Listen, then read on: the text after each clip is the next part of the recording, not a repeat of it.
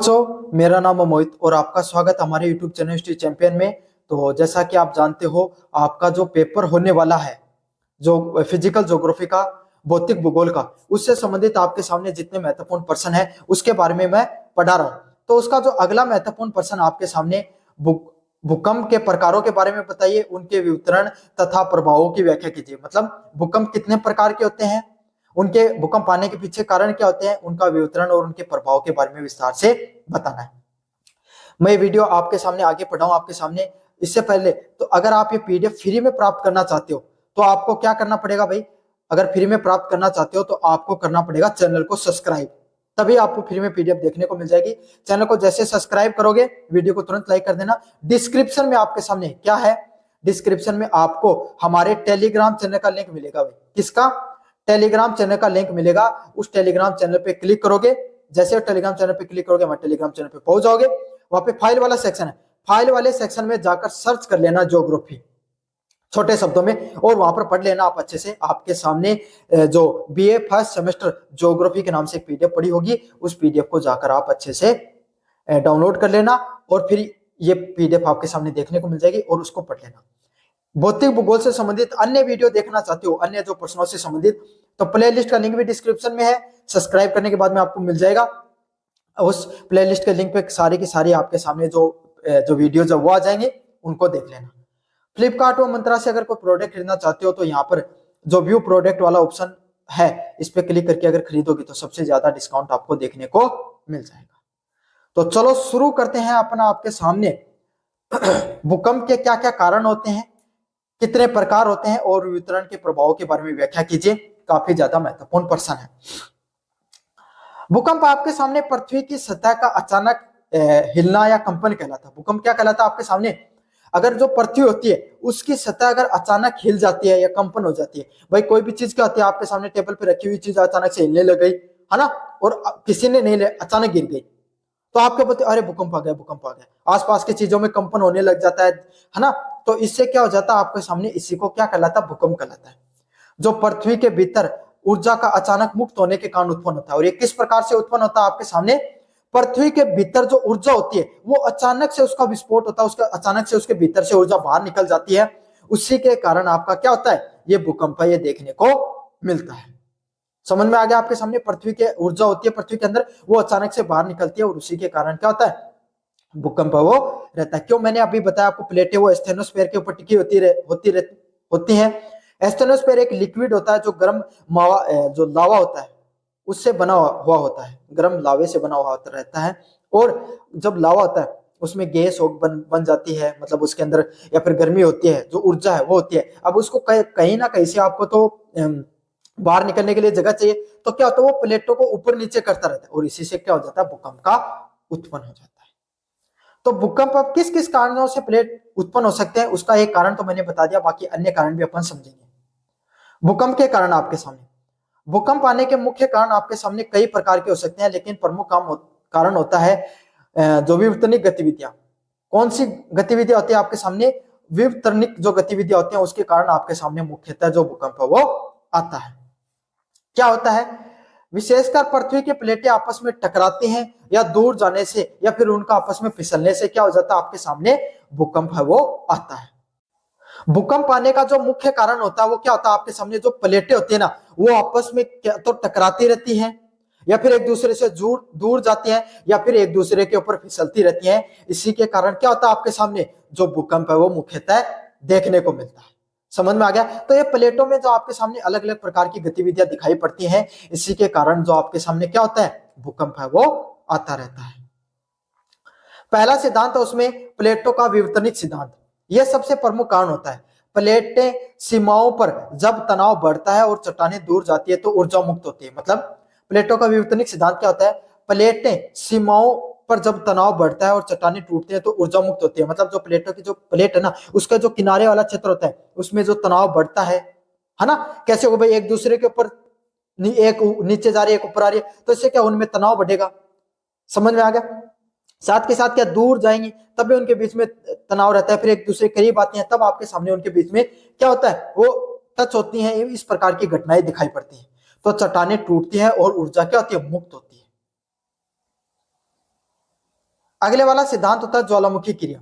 ज्वालामुखी फटने से या उसके दौरान जो गैस और मैग्मा का जो दबाव होता है उसके कारण आसपास के क्षेत्रों में भी कंपन महसूस होता है। मतलब जो ज्वालामुखी फटता आपके सामने, जो जो आपके सामने ज्वालामुखी जो फटता है, जो उससे पहले जो क्या होता है, गैस और मैग्मा का दबाव बनता है। भाई कोई भी चीज फटेगी तो नीचे दबाव बनाता है, ऐसे समझ लो। प्रेशर कुकर के सिद्धांत से समझ लो। प्रेशर कुकर में क्या होता है, आपके सामने जलवाष्प का प्रेशर बनता है, तभी क्या होती है, सीटी ऊपर उठती है और उससे गैस निकलती है। तो इसी प्रकार से कुछ होता है आपके सामने। समझ में आ गया? ज्वालामुखी को जो कुकर होता है उसकी सीटी से समझ लो, नीचे की तरफ आपके सामने इसी तरीके से जो पानी है, जो लावा वो पिघलता रहता है। अब उसके अंदर क्या होगा, दबाव बनने लग गया तो वो क्या होगा, अब फटेगा तो क्या होगा, सीटी को ऊपर होते हैं ना, तो इसी तरीके से क्या होता है आपके सामने, वो आसपास का क्षेत्र ऊपर होता है और इससे क्या होता है, भूकंप का कंपन महसूस होता है। समझ में आ गया? कुकर की सीटी का सिद्धांत से आपको ये चीज समझ में आ गई होगी। अगले वाला पॉइंट आपके सामने, मानव जनित कारण। मानव के द्वारा कौन कौन से आपके सामने कारण होते हैं जिसके कारण आपके सामने क्या देखने को मिलता है, ये इस प्रकार की गतिविधियां दिखाई पड़ती हैं।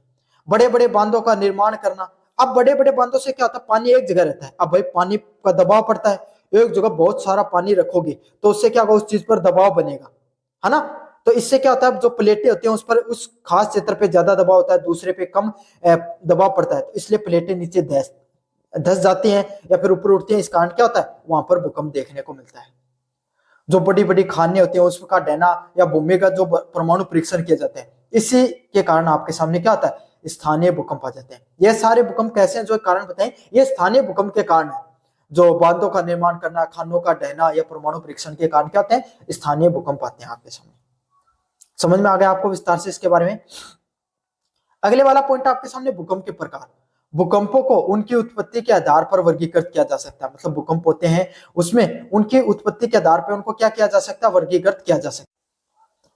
जो विवर्तनिक जो भूकंप होते हैं ये किस वजह से आते हैं, प्लेटों की सीमाओं को खिसकने के कारण उत्पन्न होते हैं। मतलब जो अलग अलग प्रकार के जो प्लेटें होते हैं वो एक दूसरे से दूर जाती रहती है, वो एक दूसरे से दूर खिसकती रहती हैं। तो इस कारण कौन से भूकंप देखने को मिलते हैं आपके सामने, विवर्तनिक जो भूकंप है वो देखने को मिलते हैं आपके सामने। इन सभी प्लेटों के खिसकने के कारण आपके सामने ये भूकंप वो देखने को मिलते हैं। अगले वाला आपके सामने ज्वालामुखी भूकंप। ज्वालामुखी क्षेत्रों तक सीमित रहता है। कौन सा आपके सामने, ज्वालामुखी भूकंप है वो ज्वालामुखी क्षेत्र होता है ना, वहां तक ही सीमित रहता है, वहां तक ही मुख्यतः पाया जाता है ज्वालामुखी भूकंप होता है। समझ में आ गया आपके सामने? ऐसे नहीं भाई ज्वालामुखी इंडोनेशिया में फटी है और भारत और अमेरिका में भूकंप आ रहा है, ऐसा होने के चांसेस बहुत कम होते हैं आपके सामने। निपात भूकंप, खनन क्षेत्रों में की जो गुफा होती है, खानों की छतों के ढहने से उत्पन्न होता है आपके सामने निपात भूकंप। ये अलग अलग प्रकार है भूकंप के। इसमें निपात भूकंप होता है वो कौन सा होता है, कोई खनन कर रहे थे कहीं पर, खान थी, अब खान का ऊपरी क्षेत्र ढह गया और उसके ऊपर घर वगैरह बने रहते हैं। भाई खानों तो अंदरूनी तरीके से होती है ना, खानों का जो खनन होता है वो, तब वो आपके सामने नीचे ढहेगी, थोड़ी बहुत भी धसेगी तो क्या होगा, आसपास के जो क्षेत्र होता है उसमें क्या होता है, भूकंप देखने को मिलता है। समझ में आ गया? अगले वाला पॉइंट आपके सामने, विस्फोट भूकंप। परमाणु या रासायनिक विस्फोटों से उत्पन्न होने वाला भूकंप। मतलब जो अलग अलग प्रकार के जो परमाणु घटनाएं होती हैं, जो लोग क्या करते हैं, साइंटिस्ट क्या करते हैं, ताकि अगर बाहर विस्फोट करेंगे तो विकिरण कहीं भी फैल सकते हैं, तो पृथ्वी के अंदर खड्डा खोद के वहीं पर विस्फोट किया जाता है। तो आपके सामने क्या, नीचे की प्लेटें हिल जाती हैं इस चीज से।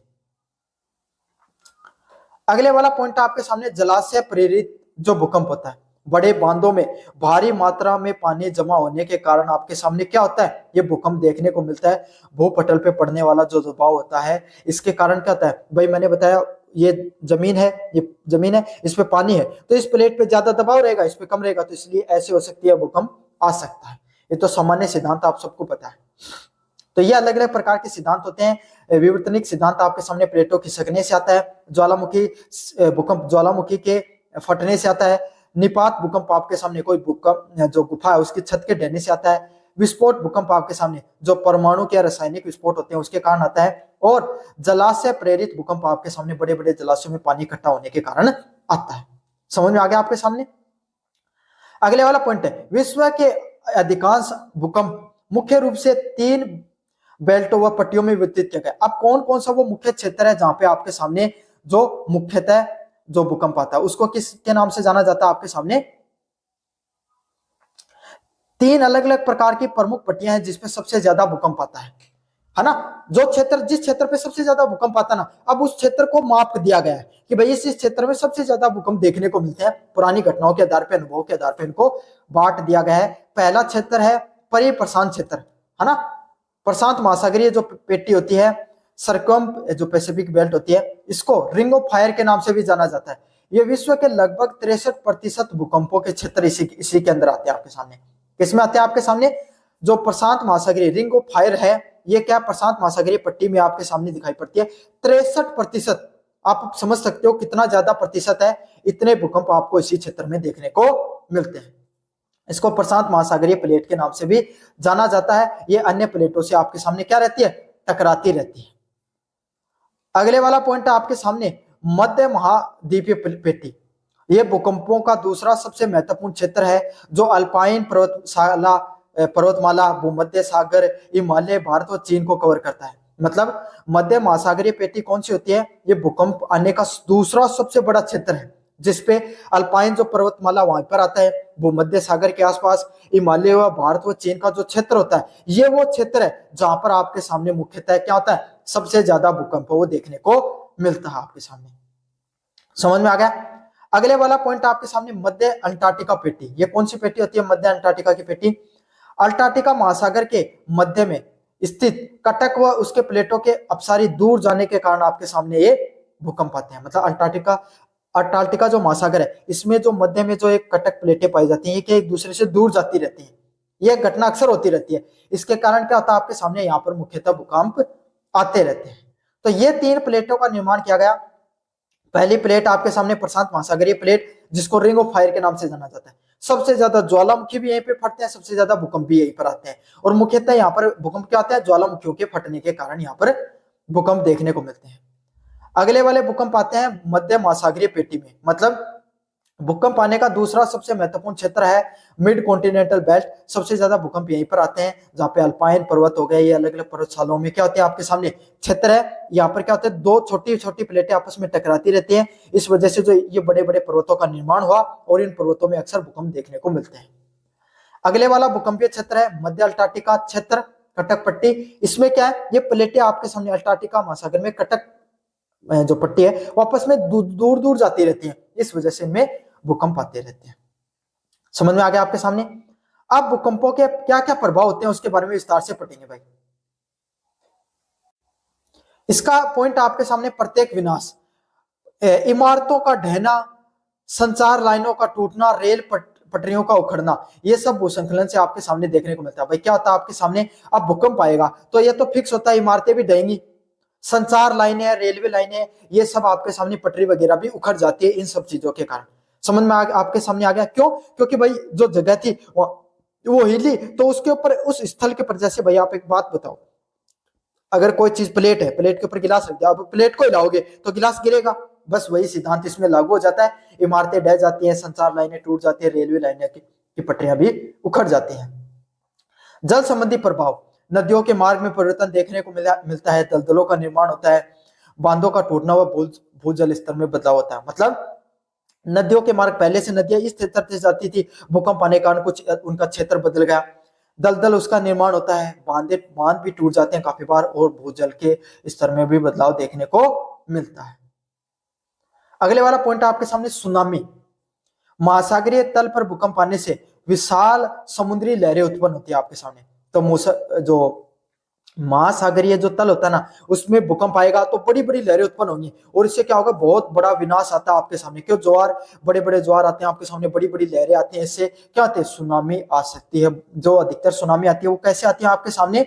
इसीलिए आती है, जो भूमध्य सागर में भूकंप आ गया, इस वजह से वहां का क्षेत्र, पानी पूरा हिल जाता है। अब गिलास है, गिलास में आपने पानी लिया और उसको ऐसे हिलाओगे तो पानी बाहर गिरेगा ना, उछलकर। तो वही सिद्धांत इसमें लागू होता है, और वो पानी गिलास में नहीं, महासागरों में होता है बहुत ज्यादा, और वो क्या होता है? वो पानी उछलकर बाहर नहीं गिरता, उन जो बाहर का जो क्षेत्र होता है ना, जो तटीय इलाकों वाला, वहां पर आता है, और उसके वजह से क्या होता है? बहुत बड़ा विनाश दिखाई देता है। अगले वाला क्या है आपके सामने? इमारतों में आग लगने जैसी घटनाएं भी हो जाती हैं। इमारतों के दहने से बिजली के तार टूटते हैं, गैस पाइपलाइन फटती है और उनमें आग लग जाती है। मतलब आपके सामने क्या दिखाई पड़ता है, जो अलग अलग प्रकार की इमारतें हैं उसमें बिजली लाइन टूटते हैं, गैस पाइपलाइन फटने जैसी आपके सामने घटनाएं मुख्यतः दिखाई पड़ती हैं। अगले वाला पॉइंट आपके सामने भूसंकलनीय व मृदा द्रवीकरण। पहाड़ी क्षेत्रों में भूसंकलन और जलयुक्त मिट्टी पर द्रव रूप में परिवर्तित होती है। मतलब जो पहाड़ी क्षेत्र होता है और भूसंकलन होता है उसमें जलयुक्त मिट्टी होती है ना, वो द्रव रूप में परिवर्तित हो जाती है। शहरी क्षेत्रों में विकास का उससे क्या होता है, मुख्य कारण से विकास जो विनाश है वो दिखाई पड़ता है। विकास नहीं भाई, विनाश है वो इसी कारण मुख्य रूप से होता है। तो ये था आपके सामने जो आपका पेपर होने वाला है भौतिक भूगोल का। अगला महत्वपूर्ण प्रश्न, भूकंप के कारण, प्रकार व वितरण के मुख्य प्रभावों की व्याख्या कीजिए। कैसा लगा वीडियो जोर से बताना, चैनल को जोर से सब्सक्राइब कर देना। धन्यवाद। मेरा नाम है मोहित और आपका स्वागत हमारे यूट्यूब चैनल हिस्ट्री चैंपियन में। तो जैसा कि आप जानते हो आपका जो पेपर होने वाला है जो भौतिक भूगोल का, उससे संबंधित जितने महत्वपूर्ण प्रश्न है उनके बारे में अपन पढ़ने वाले हैं। उसका जो अगला महत्वपूर्ण प्रश्न होगा आपके सामने, ज्वालामुखी की उत्पत्ति, प्रकार, वितरण एवं प्रभावों के बारे में संक्षिप्त में वर्णन कीजिए। मतलब ज्वालामुखी की उत्पत्ति किस प्रकार से होती है, कितने प्रकार की ज्वालामुखी होती है, वितरण किस प्रकार से होता है, उनके प्रभावों के बारे में विस्तृत रूप से आपको क्या करना है, विवरण करना है। काफी ज्यादा महत्वपूर्ण प्रश्न आपके सामने। तो आपको क्या करना है, चैनल को सब्सक्राइब कर देना भाई। चैनल को सब्सक्राइब करोगे ना तभी आपके सामने ये जो फ्री में जो पीडीएफ पढ़ा रहा हूं आपको, ये फ्री में आपको पढ़ने के लिए मिल जाएगी। कहां पर मिलेगी आपको, उसके लिए आपको सबसे पहले चैनल को सब्सक्राइब करना पड़ेगा। जैसे चैनल को सब्सक्राइब करोगे, डिस्क्रिप्शन में मैंने प्लेलिस्ट का लिंक दे रखा, वहां से जाकर आप अन्य वीडियो देख सकते हो उस टॉपिक से संबंधित। समझ में आ गया। और वहीं पर आपके सामने टेलीग्राम का भी लिंक मिलता है आपको। टेलीग्राम पे क्लिक करते हो तब क्या होता है आपके सामने, आप हमारे टेलीग्राम चैनल पे पहुंच जाओगे। टेलीग्राम चैनल को ज्वाइन कर लेना।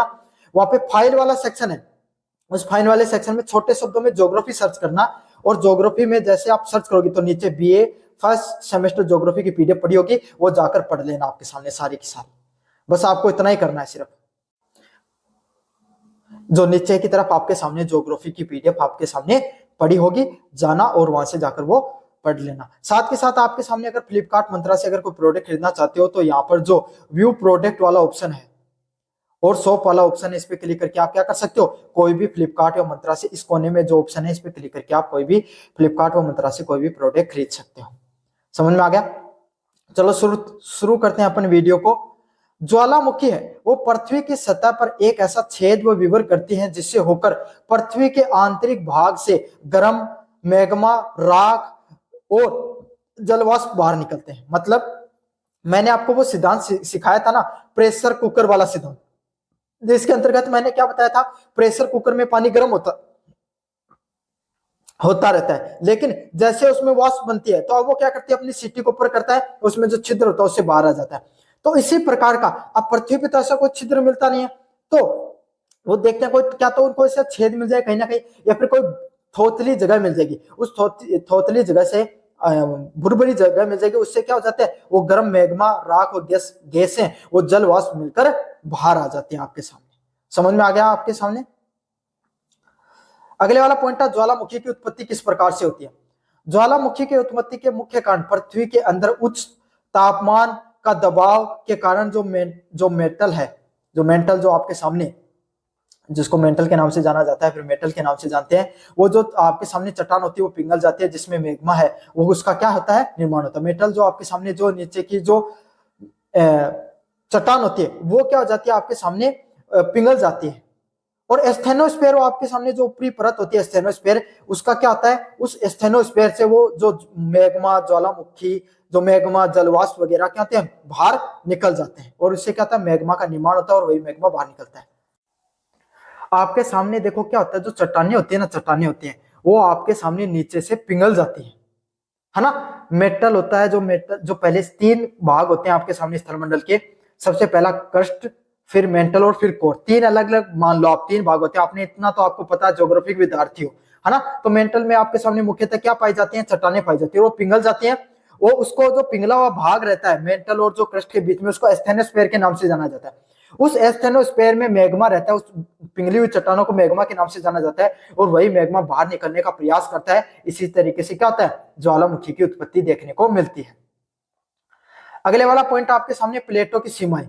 अधिकांश ज्वालामुखी प्लेट सीमाओं पर, विशेषकर आपके सामने अभिसारी सीमाओं पर उत्पन्न होती है। तो अधिकतर प्लेट जो आपके सामने ज्वालामुखी है वो कहां पर उत्पन्न होती है? आपके सामने जो प्लेटें पाई जाती है ना, उन प्लेटों के जो आपके सामने किनारे होते हैं, उन प्लेटों के किनारों पर आपके सामने विशेषकर जो आपके सामने ज्वालामुखियां फटती है। विशेषकर आपके सामने जो अभिसारी सीमा होती है, कन्वर्जेंट बाउंड्रीज पर ये उत्पन्न होती है, जहां पर प्लेट है वो एक दूसरे के नीचे सबडक्शन होकर पिघल जाती है। मतलब आपके सामने ये जो ज्वालामुखी मुख्यतः कहां पर फटती है? आपके सामने जो प्लेट होती है ना, वो एक दूसरे जो प्लेट होती है उसके एक दूसरे के नीचे चली जाती है। इस वजह से जो प्लेट नीचे गई ना, अब ये प्लेट नीचे चली गई, अब ये प्लेट क्या हो गई आपके सामने धीरे धीरे गर्मी की वजह से पिघल जाएगी, ये क्षेत्र ऐसे हो जाएगा, और ये पिघली हुई है ना, ये आपके सामने ज्यादातर ज्यादा दबाव बनाती है, पिघलकर आपके सामने ज्यादा मैग्मा का निर्माण होता है। तो ज्वालामुखी प्लेटें वो सीमाओं के किनारे ज्यादातर देखने को मिलता है, क्योंकि वो नीचे दबकर क्या हो गई, पिघल गई थी वो प्लेट, और उसी के किनारों के कारण ज्यादातर आपके सामने ज्वालामुखी फट जाते हैं। अगले वाला पॉइंट है हॉट स्पॉट। कुछ ज्वालामुखी प्लेट सीमाओं से दूर मेटल के भीतर स्थिर गर्म क्षेत्रों के हॉट स्पॉट के ऊपर बनते हैं। मतलब कुछ ऐसे क्षेत्र होंगे जो ये जो प्लेटें होती हैं, जो आपके सामने कॉन्टिनेंटल, जो आपके सामने अलग अलग प्लेटें होती हैं स्थलमंडल की, उन प्लेटों के किनारे नहीं, उनके बीच के क्षेत्र में फटता है। क्यों? क्योंकि यहाँ पर क्या क्षेत्र था, यहाँ पर आपके सामने थोड़ा बुरबुरा क्षेत्र था, कम आपके सामने मोटाई थी क्रस्ट की, तो क्या मेंटल से सीधा आपके सामने क्या हो गया, सीधा मैग्मा बाहर आता है, और इसको हॉट स्पॉट के नाम से जाना जाता है। जैसे हवाई द्वीप है, यह आपके सामने इसी के लिए प्रसिद्ध है, इसी चीज के लिए प्रसिद्ध है। यहाँ पर आपके सामने जो जितना भी जो ज्वालामुखी है वो सीधी मेंटल के द्वारा सीधी के सीधा मैग्मा है, वो जो लावा है वो बाहर आता है। मैग्मा का उत्थान। मैग्मा की कम घनत्व और गैसों के दबाव के कारण यह दरारों या कमजोर क्षेत्र से पृथ्वी की सतह के ऊपर तेजी से बढ़ता है। मतलब जो मैग्मा होता है ना, लावा होता है, ये लिक्विड फॉर्म में होता है, इसका डेंसिटी कम होती है। भाई डेंसिटी क्या, तो घनत्व क्या होता है आपके सामने? घनत्व ऐसे समझ लो, कोई भी चीज है ना वो आपके सामने बुरबुरी होगी, पानी है, पानी का घनत्व कम होता है आपके सामने किसके मुकाबले? मिट्टी के मुकाबले आपके सामने, ये समझना ना। तो इसका क्या होता है, ये जो मैग्मा होता है ये लिक्विड फॉर्म में होता है, तो इसका क्या होता है, घनत्व कम होता है, और गैसें होती हैं, तो इसके कारण क्या हो जाता है, दरारों से ऊपर की ओर उठता है। समझ में आ गया आपके सामने? जिसका घनत्व कम होता है ना वो ऊपर की ओर उठ जाता है। तेल और पानी होता है ना, पानी का घनत्व क्या होता है, ज्यादा होता है, और तेल का कम होता है, इसलिए पानी के ऊपर तेल डालोगे तो तेल ऊपर रह जाता है, पानी नीचे चला जाता है। समझ में आ गया आपके सामने? ये सिद्धांत इसलिए काम करता है, जिस चीज की घनत्व होता है कम होता है वो ऊपर की तरफ उठता है। तो लिक्विड फॉर्म में है मैग्मा, उसका घनत्व कम है, इसीलिए वो ऊपर की तरफ आता रहता है। समझ में आ गया आपको? इसीलिए पृथ्वी की सतह के ऊपर तेजी से आता है और फिर फट जाता है। अब आपके सामने मैं आपको बताऊंगा ज्वालामुखियों के कितने प्रकार होते हैं। ज्वालामुखियों के आपके सामने मुख्य रूप से उनकी सक्रियता के आधार पर वर्गीकृत किया जाता है। मतलब कितनी सक्रिय है उस आधार पर उनको वर्गीकृत किया जाता है। पहले आपके सामने ज्वालामुखी होती है सक्रिय ज्वालामुखी, जो हाल ही में फटे हो, जिनमें भविष्य में कभी भी फटने की संभावना बनी रहती है। मतलब सक्रिय ज्वालामुखी वो कुछ ज्वालामुखी होती हैं आपके सामने जो अभी थोड़े दिन पहले फटी हैं और उनके भविष्य में कभी भी फट सकती हैं, इस प्रकार की उनकी संभावना बनी रहती है। इस प्रकार के ज्वालामुखियों को आपको किस नाम से जाना जाता है? सक्रिय ज्वालामुखियों के नाम से जाना जाता है। किस ज्वालामुखियों के नाम से जाना जाता है? इन सब ज्वालामुखियों को सक्रिय ज्वालामुखियों के नाम से जाना जाता है। जो ज्वालामुखी आपके सामने फिलहाल में ही आपके सामने फटे हैं और भविष्य में कभी भी फट सकते हैं। समझ में आ गया? इन सभी को आपके सामने किसको एक्टिव ज्वालामुखी के नाम से जाना जाता है। जैसे स्ट्रोम्बेली है वो इसका प्रमुख उदाहरण है। अगला है सुसुप्त ज्वालामुखी, डोरमेंट, जो लंबे समय से सक्रिय नहीं है लेकिन भविष्य में सक्रिय हो सकते हैं। जैसे 5-10 सालों से जो अभी तक नहीं फटा, 20-30 सालों से, लेकिन फट कभी भी सकता है। जैसे माउंट फ्यूजी है, काफी पॉपुलर नाम है, ये अभी फटी नहीं है लेकिन भविष्य में कभी भी फट सकती है। अब थोड़ा जो आपके सामने सक्रिय नहीं है आपके सामने, बस समझ में आ गया। लेकिन हो कभी भी सकता है, उसके अंदर विस्फोट कोई फिक्स नहीं रहता, पता नहीं चलता इसका। मर्त व शांत ज्वालामुखी, हजारों वर्षों से कोई गतिविधि नहीं हुई और भविष्य में फटने की कोई संभावना भी नहीं है। मतलब इस प्रकार की ज्वालामुखी जिनमें बहुत लंबे समय से कोई गतिविधि नहीं हुई और आगे भी नहीं होगी। जैसे कि किलिमंजारो की जो ज्वालामुखी है वो इसका प्रमुख उदाहरण है, जिसमें पहले भी कोई गतिविधि नहीं हुई और आगे भी अब कोई गतिविधि होने का कोई भी संभावना नहीं है। इस प्रकार के आपके सामने जो ज्वालामुखी होती है उसको क्या कहा जाता है? मर्त या शांत ज्वालामुखी के नाम से जाना जाता है। समझ में आ गया आपके सामने? अगले वाला पॉइंट आपका वितरण। ज्वालामुखी का वितरण, जो वितरण है वो भी प्लेट की सीमाओं से संबंधित है। मतलब ज्वालामुखी भी कैसे भाई फटते हैं, ये आपके सामने प्लेटों के किनारे फैलते हैं। अब ये देख लो भाई, ये जो प्लेटें हैं इसके किनारे का जो क्षेत्र होता है, इसी पर आपके सामने मुख्यतः जो क्या है, ज्वालामुखियां फटती हैं। इसमें कौन कौन सा क्षेत्र है जहां पर आपके सामने मुख्यतः ज्वालामुखियां फटती हैं, इनका कौन सा क्षेत्र है? तो वही पैसिफिक के जो आपके सामने रिंग ऑफ फायर वाला क्षेत्र है, जो भूकंप वाला क्षेत्र बताया था, वहां पर मैंने ये पॉइंट भी बताया था आपके सामने कि वहां पर ज्वालामुखियां भी फटती हैं। तो अगर अभी वो वीडियो नहीं देखा भूकंप के प्रकार वाला, प्लेलिस्ट का लिंक डिस्क्रिप्शन में दे रखा हूं, वहां से जाकर जरूर से देख लेना। ये विश्व की उन सबसे अधिक ज्वालामुखियों का घर है। मतलब रिंग ऑफ फायर है वो ऐसी जगह है जहां पर सबसे ज्यादा ज्वालामुखियां फटती हैं। लगभग 80% तक ज्वालामुखी कहां पर फटती है? इस रिंग ऑफ फायर क्षेत्र में फटती है, जो प्रशांत महासागर के किनारे हैं, जहां पर एंडीज, रॉकी पर्वत जैसे पर्वत पाए जाते हैं। मतलब दुनिया में सबसे ज्यादा ज्वालामुखी अगर कहीं पर फटती हैं तो ये प्रशांत महासागरीय जो पट्टी है, इस पर सबसे ज्यादा ज्वालामुखी फटती है। समझ में आ गया आपके सामने? इसको रिंग ऑफ फायर के पट्टी के नाम से जाना जाता है, और यहाँ पर एंडीज व रॉकीज पर्वत जैसे पर्वत पाए जाते हैं। अगले वाला है भूमध्य सागरीय पट्टी। इसमें भूमध्य सागर के क्षेत्र में माउंट एंटना, माउंट वेसुवियस और पूर्वी अफ्रीका की दरार घाटी शामिल है। मतलब जो मध्य महाद्वीपीय पट्टी कौन सी होती है? इसमें भूमध्य सागर का क्षेत्र होता है, जैसे माउंट एंटना, माउंट वेसुवियस और पूर्वी अफ्रीका की दरार घाटियां इसके अंदर मुख्यतः शामिल होती हैं। अगले वाला पॉइंट आपके सामने मध्य अंटार्कटिका कटक। यह प्लेटों से दूर जाने के कारण ज्वालामुखी फटते हैं, जैसे कि आइसलैंड। मतलब प्लेटें एक दूसरे से दूर जा रही हैं, इस कारण जो ज्वालामुखी फटते हैं उसको किसके नाम से जाना जाता है आपके सामने? जो ये मध्य अंटार्कटिका कटक के नाम से जाना जाता है। मतलब जो क्षेत्र भूकंप के थे वही क्षेत्र आपके सामने ये वाले हैं। रिंग ऑफ फायर एक ऐसा क्षेत्र है जहां पर सबसे ज्यादा ज्वालामुखी फटते हैं। प्रशांत महासागर की पट्टी है ये, जहां पे आपके सामने इंडोनेशिया, ये जो हवाई द्वीप, इस प्रकार के द्वीप पाए जाते हैं, यहाँ पे भूकंप भी बहुत आते हैं और ज्वालामुखी भी बहुत ज्यादा फटते हैं। फिर भूमध्य के जो पेटियां हैं, जो जहाँ पे माउंट एंटना, माउंट वेसुवियस, ये अफ्रीका की कुछ दरार घाटियां हैं। ये यहाँ पर बड़े बड़े क्या पाए जाते हैं? पर्वत भी पाए जाते हैं और उनमें ज्वालामुखियां फटती हैं। और ये कटक वाला क्षेत्र है, यहाँ पर क्या प्लेटें एक दूसरे से दूर जाती हैं, इसके कारण ज्वालामुखियां फटते हैं। तो ये 3 प्रमुख क्षेत्र है, भूकंप भी यहीं पर आएंगे और ज्वालामुखियां भी यहाँ पर मुख्य रूप से यहीं पर फटती हैं। अब ज्वालामुखी के विस्फोट से क्या क्या प्रभाव हो सकते हैं आपके सामने? क्या क्या होता है आपके सामने? जो लावा प्रवाह से राख का जमाव, गैसों का उत्सर्जन, भूसंकलन और जो सुनामी से जान माल की भारी नुकसान होता है आपके सामने। मतलब भाई ज्वालामुखी फटता है तो क्या होता है? लावा निकलता है, उसके साथ राख भी निकलती है। तो राख निकलने से क्या होता है आपके सामने? एक तो जलवायु को नुकसान पहुंचता है भाई, समझ में आ गया। साथ के साथ आसपास के क्षेत्र में क्या हो जाता है? राख फैल जाती है। उस राख से क्या हो जाता है आपके सामने? लोगों को परेशानी होती है, स्वास्थ्य से संबंधित व पर्यावरण से संबंधित जो परेशानियां होती है। गैसों, अलग अलग प्रकार की जो जहरीली गैसों का उत्सर्जन होता है, भूसंकलन होता है, जो पत्थर है वो टूटना शुरू हो जाते हैं, और सुनामी भी आ सकती है। अगर समुद्र के अंदर ज्वालामुखी फटा है तो सुनामी भी आ सकती है। तो इस प्रकार के जानमाल का खतरे का भी डर रहता है आपके सामने। समझ में आ गया आपको? अगला सकारात्मक प्रभाव क्या होते हैं आपके सामने? उपजाऊ मिट्टी। लावा के ठंडे होने से उपक्षय से काली मिट्टी बनती है, जो कृषि के लिए बहुत ज्यादा उपजाऊ होती है। इसका फायदा यह भी होता है आपके सामने, जो लावा होता है, जैसे लावा ठंडा होता है तो इससे क्या होता है? काली मिट्टी का निर्माण होता है। अब भारत का जो दक्कन का पठार है वो किस चीज से बना हुआ है? ज्वालामुखियों से निर्मित है। इसमें ज्वालामुखी के आपके सामने शांत होने से, आपके सामने जो लावा के ठंडे होने से जो काली मिट्टी है उसका निर्माण हुआ। और देखो आपके सामने कपास और रेगुर मिट्टी के नाम से जाना जाता है। सबसे ज्यादा कपास पैदा होता है, सबसे ज्यादा फर्टाइल जमीन है वहां की। समझ में आ गया आपको? अगला है खनिज भंडार। ज्वालामुखी क्षेत्र में सोना, तांबे, जस्ता जैसे महत्वपूर्ण खनिज भी पाए जाते हैं। भाई ज्वालामुखी का क्षेत्र होता है ना, ये खनिजों का भी भंडार होता है। यहाँ पर बड़ी मात्रा में सोना, तांबा व जस्ता जैसे आपके सामने जितने भी महत्वपूर्ण खनिज होते हैं वो इन सब क्षेत्रों में पाए जाते हैं। खनिजों का भंडार भी यहाँ पर बहुत बड़ी मात्रा में पाया जाता है। अगले वाला पॉइंट आपके सामने, भूतापीय ऊर्जा।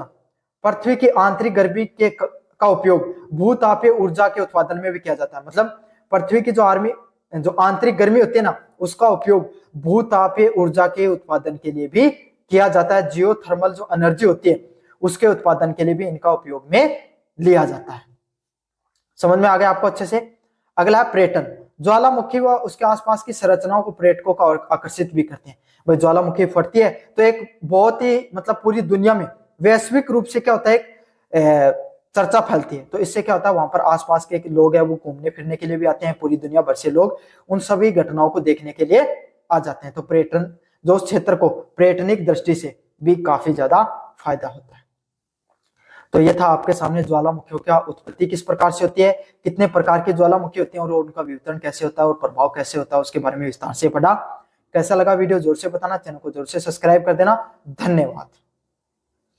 मेरा नाम है मोहित और आपका स्वागत हमारे यूट्यूब चैनल हिस्ट्री चैंपियन में। तो जैसा कि आप जानते हो, आपका जो पेपर होने वाला है जो भौतिक भूगोल का, उससे संबंधित जितने महत्वपूर्ण प्रश्न है उनके बारे में अपन पढ़ने वाले हैं। उसका जो अगला महत्वपूर्ण प्रश्न होगा आपके सामने, ज्वालामुखी की उत्पत्ति, प्रकार, वितरण एवं प्रभावों के बारे में संक्षिप्त में वर्णन कीजिए। मतलब ज्वालामुखी की उत्पत्ति किस प्रकार से होती है, कितने प्रकार की ज्वालामुखी होती है, वितरण किस प्रकार से होता है, उनके प्रभावों के बारे में विस्तृत रूप से आपको क्या करना है, विवरण करना है।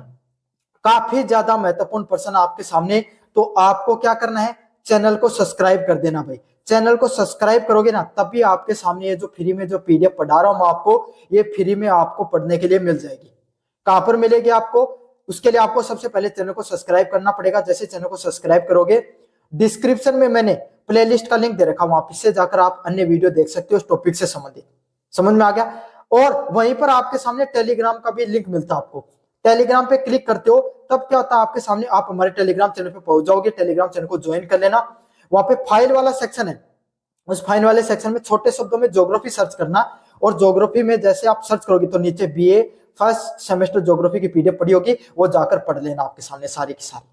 बस आपको इतना ही करना है, सिर्फ जो नीचे की तरफ आपके सामने ज्योग्राफी की पीडीएफ आपके सामने पड़ी होगी, जाना और वहां से जाकर वो पढ़ लेना। साथ के साथ आपके सामने अगर फ्लिपकार्ट मंत्रा से अगर कोई प्रोडक्ट खरीदना चाहते हो तो यहाँ पर जो व्यू प्रोडक्ट वाला ऑप्शन है और शॉप वाला ऑप्शन है, इस पे क्लिक करके आप क्या कर सकते हो, कोई भी फ्लिपकार्ट या मंत्रा से, इस कोने में जो ऑप्शन है इस पे क्लिक करके आप कोई भी फ्लिपकार्ट और मंत्रा से कोई भी प्रोडक्ट खरीद सकते हो। समझ में आ गया। चलो शुरू करते हैं अपन वीडियो को। ज्वालामुखी है वो पृथ्वी की सतह पर एक ऐसा छेद व विवर करती है जिससे होकर पृथ्वी के आंतरिक भाग से गर्म मैग्मा, राख और जलवाष्प बाहर निकलते हैं। मतलब मैंने आपको वो सिद्धांत सिखाया था ना, प्रेशर कुकर वाला सिद्धांत, जिसके अंतर्गत मैंने क्या बताया था, प्रेशर कुकर में पानी गर्म होता रहता है, लेकिन जैसे उसमें वाष्प बनती है तो अब वो क्या करती है, अपनी सीटी को ऊपर करता है, उसमें जो छिद्र होता है उससे बाहर आ जाता है। तो इसी प्रकार का अब पृथ्वी पे तो ऐसा कोई छिद्र मिलता नहीं है, तो वो देखते हैं कोई क्या तो उनको ऐसा छेद मिल जाए कहीं ना कहीं, या फिर कोई थोतली जगह मिल जाएगी। उस थोतली जगह से भुरभुरी जगह मिल जाएगी, उससे क्या हो जाता है, वो गर्म मैग्मा, राख और गैसें वो जल वाष्प मिलकर बाहर आ जाती है आपके सामने। समझ में आ गया आपके सामने। अगले वाला पॉइंट था, ज्वालामुखी की उत्पत्ति किस प्रकार से होती है। ज्वालामुखी की उत्पत्ति के मुख्य कारण पृथ्वी के अंदर उच्च तापमान का दबाव के कारण जो मेटल है, जो मेंटल जो आपके सामने, जिसको मेंटल के नाम से जाना जाता है, फिर मेटल के नाम से जानते हैं, वो जो आपके सामने चट्टान होती है वो पिघल जाती है, जिसमें मैग्मा है वो उसका क्या होता है, निर्माण होता है। मेटल जो आपके सामने जो नीचे की जो चट्टान होती है वो क्या हो जाती है, आपके सामने पिघल जाती है। और एस्थेनोस्फेयर वो आपके सामने जो ऊपरी परत होती है एस्थेनोस्फेयर, उसका क्या होता है, उस एस्थेनोस्फेयर से वो जो मैग्मा, ज्वालामुखी, जो मैग्मा, जलवाष्प वगैरह क्या होते हैं, बाहर निकल जाते हैं और उससे क्या होता है, मैग्मा का निर्माण होता है और वही मैग्मा बाहर निकलता है। आपके सामने देखो क्या होता है, जो चट्टानें होती है ना, चट्टानें होती हैं वो आपके सामने नीचे से पिघल जाती है ना। मेटल होता है, जो मेटल जो पहले 3 भाग होते हैं आपके सामने स्थलमंडल के, सबसे पहला क्रस्ट, फिर मेंटल और फिर कोर, 3 अलग अलग मान लो आप 3 भाग होते हैं। आपने इतना तो आपको पता है, ज्योग्राफिक विद्यार्थी हो, है ना। तो मेंटल में आपके सामने मुख्यतः क्या पाई जाती है, चट्टानें पाई जाती है, वो पिघल जाती है। वो उसको जो पिघला हुआ भाग रहता है मेंटल और जो क्रस्ट के बीच में, उसको एस्थेनोस्फेयर के नाम से जाना जाता है। उस एस्थेनोस्फेयर में मैग्मा रहता है, उस पिघली हुई चट्टानों को मैग्मा के नाम से जाना जाता है और वही मैग्मा बाहर निकलने का प्रयास करता है। इसी तरीके से क्या होता है, ज्वालामुखी की उत्पत्ति देखने को मिलती है। अगले वाला पॉइंट आपके सामने, प्लेटों की सीमाएं। अधिकांश ज्वालामुखी प्लेट सीमाओं पर, विशेषकर आपके सामने अभी सारी सीमाओं पर उत्पन्न होती है। तो अधिकतर प्लेट जो आपके सामने ज्वालामुखी है वो कहां पर उत्पन्न होती है, आपके सामने जो प्लेटें पाई जाती है ना, उन प्लेटों के जो आपके सामने किनारे होते हैं, उन प्लेटों के किनारों पर आपके सामने विशेषकर जो आपके सामने ज्वालामुखियां फटती है। विशेषकर आपके सामने जो अभिसारी सीमा होती है, कन्वर्जेंट बाउंड्रीज पर ही उत्पन्न होती है, जहां पर प्लेट है वो एक दूसरे के नीचे सबडक्शन होकर पिघल जाती है। मतलब आपके सामने ये जो ज्वालामुखी मुख्यतः कहां पर फटती है, आपके सामने जो प्लेट होती है ना, वो एक दूसरे जो प्लेट होती है उसके एक दूसरे के नीचे चली जाती है। इस वजह से जो प्लेट नीचे गई ना, अब ये प्लेट नीचे चली गई, अब ये प्लेट क्या हो गई आपके सामने धीरे धीरे गर्मी की वजह से पिघल जाएगी, ये क्षेत्र ऐसे हो जाएगा, और ये पिघली हुई है ना, ये आपके सामने ज्यादातर ज्यादा दबाव बनाती है, पिघलकर आपके सामने ज्यादा मैग्मा का निर्माण होता है। तो ज्वालामुखी प्लेटें वो सीमाओं के किनारे ज्यादातर देखने को मिलता है, क्योंकि वो नीचे दबकर क्या हो गई, पिघल गई थी वो प्लेट, और उसी के किनारों के कारण ज्यादातर आपके सामने ज्वालामुखी फट जाते हैं। अगले वाला पॉइंट है हॉट स्पॉट। कुछ ज्वालामुखी प्लेट सीमाओं से दूर मेटल के भीतर स्थिर गर्म क्षेत्रों के हॉट स्पॉट के ऊपर बनते हैं। मतलब कुछ ऐसे क्षेत्र होंगे जो ये जो प्लेटें होती हैं, जो आपके सामने कॉन्टिनेंटल, जो आपके सामने अलग अलग प्लेटें होती हैं स्थलमंडल की, उन प्लेटों के किनारे नहीं, उनके बीच के क्षेत्र में फटता है। क्यों? क्योंकि यहाँ पर क्या क्षेत्र था, यहाँ पर आपके सामने थोड़ा बुरबुरा क्षेत्र था, कम आपके सामने मोटाई थी क्रस्ट की, तो क्या मेंटल से सीधा आपके सामने क्या हो गया, सीधा मैग्मा बाहर आता है, और इसको हॉट स्पॉट के नाम से जाना जाता है। जैसे हवाई द्वीप है, यह आपके सामने इसी के लिए प्रसिद्ध है, इसी चीज के लिए प्रसिद्ध है। यहाँ पर आपके सामने जो जितना भी जो ज्वालामुखी है वो सीधी मेंटल के द्वारा सीधी के सीधा मैग्मा है, वो जो लावा है वो बाहर आता है। मैग्मा का उत्थान।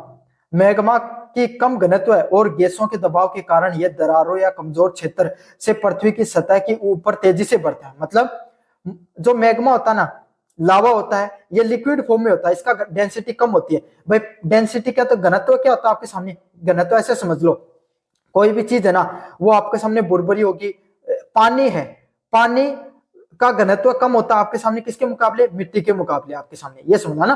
तो इसका क्या होता है, ये जो मैग्मा होता है ये लिक्विड फॉर्म में होता है, तो इसका क्या होता है, घनत्व कम होता है और गैसें होती हैं, तो इसके कारण क्या हो जाता है, दरारों से ऊपर की ओर उठता है। समझ में आ गया आपके सामने, जिसका घनत्व कम होता है ना वो ऊपर की ओर उड़ जाता है।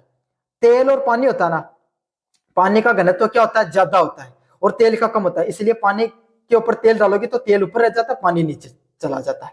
समझ में आ गया आपके सामने, ये सिद्धांत इसलिए काम करता है, जिस चीज की घनत्व होता है कम होता है वो ऊपर की तरफ उठता है। तो लिक्विड फॉर्म में है मैग्मा, उसका घनत्व कम है, इसलिए वो ऊपर की तरफ आता रहता है। समझ में आ गया आपको, इसीलिए पृथ्वी की सतह के ऊपर तेजी से आता है और फिर फट जाता है। अब आपके सामने मैं आपको बताऊंगा ज्वालामुखियों के कितने प्रकार होते हैं। ज्वालामुखियों के आपके सामने मुख्य रूप से उनकी सक्रियता के आधार पर वर्गीकृत किया जाता है, मतलब कितनी सक्रिय है उस आधार पर उनको वर्गीकृत किया जाता है। पहले आपके सामने ज्वालामुखी होती है सक्रिय ज्वालामुखी, जो हाल ही में फटे हो, जिनमें भविष्य में कभी भी फटने की संभावना बनी रहती है। मतलब सक्रिय ज्वालामुखी वो कुछ ज्वालामुखी होती हैं आपके सामने जो अभी थोड़े दिन पहले फटे हैं और उनके भविष्य में कभी भी फट सकती हैं, इस प्रकार की उनकी संभावना बनी रहती है। इस प्रकार के ज्वालामुखियों को आपको किस नाम से जाना जाता है, सक्रिय ज्वालामुखियों के नाम से जाना जाता है। किस ज्वालामुखियों के नाम से जाना जाता है, इन सब ज्वालामुखियों को सक्रिय ज्वालामुखियों के नाम से जाना जाता है। जो ज्वालामुखी आपके सामने हाल फिलहाल में ही आपके सामने फटे हैं और भविष्य में कभी भी फट सकते हैं। समझ में आ गया, इन सभी को आपके सामने किसको, एक्टिव ज्वालामुखी के नाम से जाना जाता है। जैसे स्ट्रोम्बेली है वो इसका प्रमुख उदाहरण है। अगला है सुसुप्त ज्वालामुखी, डोरमेंट, जो लंबे समय से सक्रिय नहीं है लेकिन भविष्य में सक्रिय हो सकते हैं। जैसे 5-10 सालों से जो अभी तक नहीं फटा, 20-30 सालों से, लेकिन फट कभी भी सकता है। जैसे माउंट फ्यूजी है, काफी पॉपुलर नाम है, ये अभी फटी नहीं है लेकिन भविष्य में कभी भी फट सकती है। अब थोड़ा जो आपके सामने सक्रिय नहीं है आपके सामने, बस समझ में आ गया, लेकिन हो कभी भी सकता है, उसके अंदर विस्फोट कोई फिक्स नहीं रहता, पता नहीं चलता इसका। मर्त व शांत ज्वालामुखी, हजारों वर्षों से कोई गतिविधि नहीं हुई और भविष्य में फटने की कोई संभावना भी नहीं है। मतलब इस प्रकार की ज्वालामुखी जिनमें बहुत लंबे समय से कोई गतिविधि नहीं हुई और आगे भी नहीं होगी, जैसे कि किलिमंजारो की जो ज्वालामुखी है वो इसका प्रमुख उदाहरण है, जिसमें पहले भी कोई गतिविधि नहीं हुई और आगे भी अब कोई गतिविधि होने का कोई भी संभावना नहीं है। इस प्रकार के आपके सामने जो ज्वालामुखी होती है उसको क्या कहा जाता है, मर्त या शांत ज्वालामुखी के नाम से जाना जाता है। समझ में आ गया आपके सामने। अगले वाला पॉइंट आपका वितरण।